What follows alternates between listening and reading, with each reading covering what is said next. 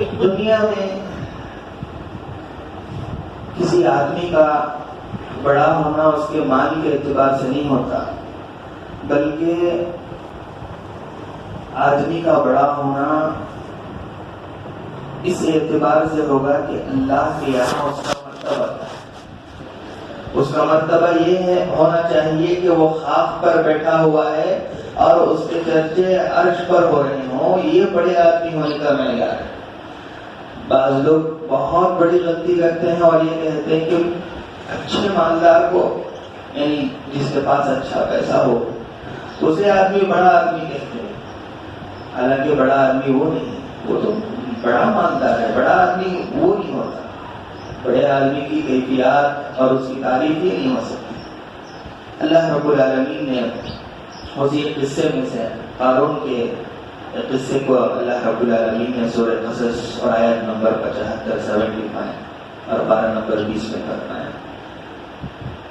خلاصے کے طور پر پورے واقعے کو اللہ رب العالمین نے کچھ آیتوں میں اختصار کے ساتھ بیان فرمایا ہے، اور اس میں کئی سبق ہے، اور ان لوگوں کے لیے جو دنیاوی نعمتوں کو، چاہے وہ حشمت کو دیکھ کر، دنیاوی رنگ و رونق کو دیکھ کر یہ خواہش کرتے کہ کاش کہ ہمارے پاس بھی ایسا ہو جائے، اور کاش کہ ہمارے پاس بھی ایسی بلڈنگ ہو جائے، کاش کہ ہمارے پاس بھی ایسی گاڑیاں ہو جائے، یہ کہنا ایک مومن کو زیور نہیں دیتا۔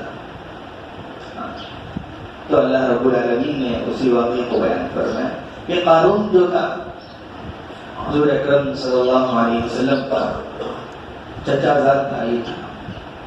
کسی کا خونی نسبت ہونا اللہ کے یہاں مقبول ہونے کی علامت نہیں ہے، بلکہ خونی رشتے کے ساتھ، خونی نسبت کے ساتھ روحانی نسبت بھی ضروری ہے۔ حضرت چچا ابو طالب، خواجہ ابو طالب نسبت ہے، خون کا نسبت، خون کی نسبت تھی، لیکن روحانی نسبت نہیں تھی۔ نبی کے ساتھ روحانی نسبت بھی ہو اور اللہ کے ساتھ تعلق بھی ہو، یعنی لا الہ الا اللہ محمد رسول اللہ پڑھنے والے، صرف خون نسبت نہیں۔ اور اللہ نے فرما دیا انک لا تہدی من احببت ولکن اللہ یہدی من یشاء۔ محبوب آپ جسے چاہتے ہیں ہدایت نہیں دے سکتے، جسے ہم چاہیں گے اسے ہی ہدایت دیں۔ اسی بات میں فرمایا تو ان قارون كان من قوم موسى فبغى عليهم وآتيناه من الكنوز ما إن مفاتحه لتنوء بالعصبة أولي القوة إذ قال له قومه لا تفرح إن الله لا يحب الفرحين۔ کہ قارون کا خزانہ اتنا تھا کہ بڑے بڑے مزدور اس کی چابیاں اٹھا کر پھینک دیتے تھے، اتنا خزانہ تھا۔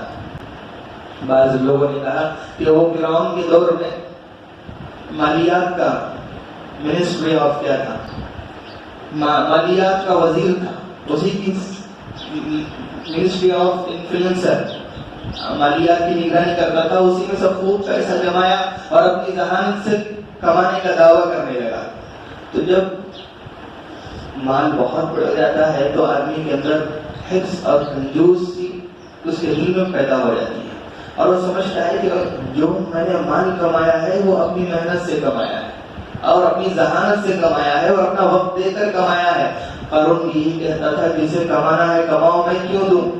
موسیٰ علیہ السلام نے کہا کہ زکوٰۃ ادا کرو اس کی، وَأَحْسِنُوا كَمَا أَحْسَنَ اللَّهُ إِلَيْكَ، جس طرح اللہ نے تم پر احسان کیا ہے تم بھی کیا کرو، لوگوں پر احسان کرو، ان کے کپڑوں کا، ان کے مکان کا، ان کے اچھے بھلے کا ان کا خیال کرو۔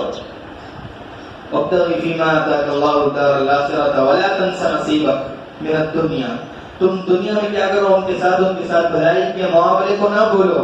وَأَحْسِن كَمَا أَحْسَنَ اللَّهُ إِلَيْكَ، اور اسی طرح احسان کرو جس طرح اللہ نے تم پر کیا ہے، احسان کیا ہے۔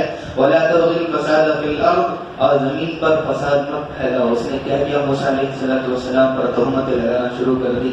ایک عورت کو خریدا تو حضرت موسیٰ جلال ہوا، نبی تو جلال بھی ہوتا ہے، جمال بھی ہوتا ہے، لیکن موسیٰ علیہ السلام بڑے جلالی پیغمبر تھے، تو جلال کے ساتھ مجمع میں فرمایا اگر اللہ کی قسم کھا کر بتلایا کہ میں نے تجھ سے یہ ارادہ کیا تھا۔ وہ ڈر گئی اور اس نے کہا کہ قارون نے مجھے پیسے دیے تھے۔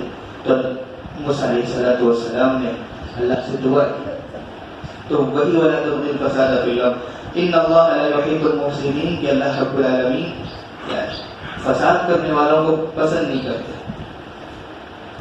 قال انما اوتیته علی علم عندی، اس نے کہا کہ یہ تو کیا ہے، میرے علم کا، میری ہنر کا جمایا ہوا مال ہے. تو اللہ نے جواب دیا ولم یعلم، کیا اسے معلوم نہیں ان اللہ قد اہلک من قبلہ، کہ قارون سے پہلے کتنوں کو، من القرون من هو اشد منہ قوة واکثر جمعا، کہ ہم نے اس سے بڑے بڑے مالداروں کو، اس سے بڑے بڑے قد و قامت والوں کو، اس سے بڑی طاقتوں والوں کو کیا کر دیا ہے، ہلاک کر دیا ہے. ولا يسأل عن ذنوبهم المجرمون، جب اللہ ہلاک کرنے پر آتے ہیں ان کے گناہ نہیں پوچھتے بلکہ فوراً ہلاک کر دیتے ہیں.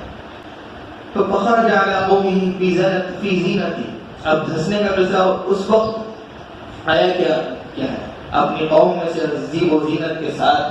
اور یہاں تک لکھا ہے کہ اس نے ایک محل بنایا تھا جس کے باہر سونے اور چاندی کا کام لگا ہوا تھا، بنایا سونے اور چاندی کے کام سے اس نے کیا ہے، اس کی پلاسٹک کی طرح کی تھی، اور ہیرے جواہرات اس کی بلڈنگ کے باہر یعنی محل کے باہر لگائے گئے تھے. اور یہاں تک کہ اس کے اونٹوں کو اور اس کے گھوڑوں کو بھی کیا ہے، ہیرے جواہرات سے مزین کر دیا تھا. جیسا کہ آپ نے دیکھا ہوگا کہ کئی ویڈیوز میں کیا ہے، عرب کے جو بڑے بڑے مالدار بلینئرز ہیں وہ ان کو شوق ہوتا ہے کہ گولڈ پلیٹڈ کار خریدیں اور اس کے بعد موتیوں کے کام ہو یا ہیرے جواہرات لگے ہوئے ہوں. تو اس وقت وہ کیا ہے، قارون کا بنایا ہوا ہے، اس کا بانی اور اس کا فاؤنڈر کون ہے، قارون ہے. تو اس کے گھوڑوں کی زینوں پر اور اس کے لگام پر وہاں سب کیا تھے، ہیرے جواہرات لگے ہوئے تھے. تو نکلا زی و زینت کے ساتھ. قال الذين يريدون الحياة الدنيا يا ليت لنا مثل ما أوتي قارون إنه لذو حظ عظيم، جو دولت دنیا کو چاہنے والے تھے، دنیا کے پجاری تھے، انہوں نے کہا کہ کاش کہ ہمارے پاس بھی کیا ہوتی، قارون جیسی دولت ہوتی. انه لذو حظ عظیم، اس کا لفظی ترجمہ تو ہے کہ وہ اس نے بڑا حصہ پایا ہے، لیکن میں اس کا ترجمہ کرتا ہوں انه لذو حظ عظیم، بے شک وہ بڑی قسمت والا ہے، بڑا آدمی ہے. انه لذو حظ عظیم، بے شک وہ بڑا آدمی ہے. اللہ نے فرما دیا بڑا وہ نہیں ہوتا. وقال الذين اوتوا العلم، اور علماء نے کہا، جس کے پاس شعور تھا اور جنہیں معلوم تھا کہ یہ سب کیا ہے، فنا ہونے والی چیز ہے، یہ سب دھنسنے والی چیز ہے، تو فرمایا ویلکم، تم پر ہلاکت ہو، ثواب اللہ خیر، اللہ کے لیے جو کام کیا جائے اور جو نمازیں، روزے، زکوٰۃ اور صدقات و خیرات جو ہیں وہ خیر بہتر ہیں. اور اسی کی تشریح اللہ نے فرما دی خیر لمن آمن وعمل صالحا، جو ایمان لے کر آیا، جو ایمان لے کر آئے اور نیک عمل کرے، اس کے لیے کیا، وہ بڑا آدمی ہے. بڑا آدمی کون ہے، ایمان لے کر آئے اور نیک عمل کرے، وہ بڑا آدمی ہے. بڑے بڑے کیا ہے، محلات بنانے سے اور بڑی بڑی گاڑیاں لینے سے، وہ بڑے پیسے ہونے سے بڑا آدمی نہیں ہوتا. اللہ نے خود فرما دیا کہ بڑا آدمی وہ ہے کہ جو نیک عمل کرے اور اللہ کے لیے کرے. وَلَا يُلَقَّاهَا إِلَّا الصَّابِرُونَ، اور اللہ نے یہ بھی فرما دیا کہ وہی لوگوں کے لیے، یعنی دل میں دنیا کی محبت نہیں بیٹھتی جو صبر کرنے والے ہیں. اور جو گلا کرنے والے ہوتے ہیں، کیا بھائی ہم نہ کیا کہ ہم اللہ آنکھیں اٹھا کر دیکھتا ہے، آنکھ اٹھا کر نہیں دیکھتا، اس لیے دولت نہیں دیا، اسے دولت نہیں دیتا، سمجھے وہ اللہ کے بہت زیادہ قریب. اور ایسا بھی نہیں کہ جیسے اللہ دولت دے وہ اللہ کے قریب نہیں ہے.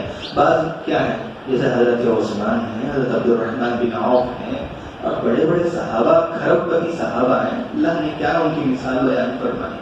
مال بڑا آدمی کیا ہے، بڑے پیسے بھی ہوں، آدمی بڑا بھی بن جائے عمل کے ذریعے سے، یہ سب سے بڑی کامیابی ہے. ایسا مال مانگے اللہ سے، ایسا مال مانگے، عافیت والا مال مانگے. میں نہیں کہتا کہ مال مت مانگے، مال مانگے، عافیت والا مال مانگے، اور ایسا مال مانگے جس سے اللہ رب العالمین کو راضی کرنے کی توفیق مل جائے، غریبوں کا سہارا بننے کی توفیق مل جائے، اور بیواؤں کا سہارا بننے کی توفیق مل جائے، یتیم بچوں کا کفالت کا اللہ رب العالمین موقع مل جائے. ایسا مال ہونا چاہیے جس پر تعریف کی جائے، جس پر کیا ہے، حسد کیا جائے کہ کاش کہ میرے پاس بھی ایسا مال ہوتا. کیسا مال ہوتا، فرعون قارون جیسا نہیں، حضرت عثمان جیسا، حضرت عبد الرحمن بن عوف جیسا، بڑے بڑے صحابہ جن کے پاس جو واقعتاً بڑے آدمی تھے، یعنی پیسہ بھی بڑا تھا اور نیک عمل بھی تھا اور خرچ کرنے کا جذبہ بھی تھا.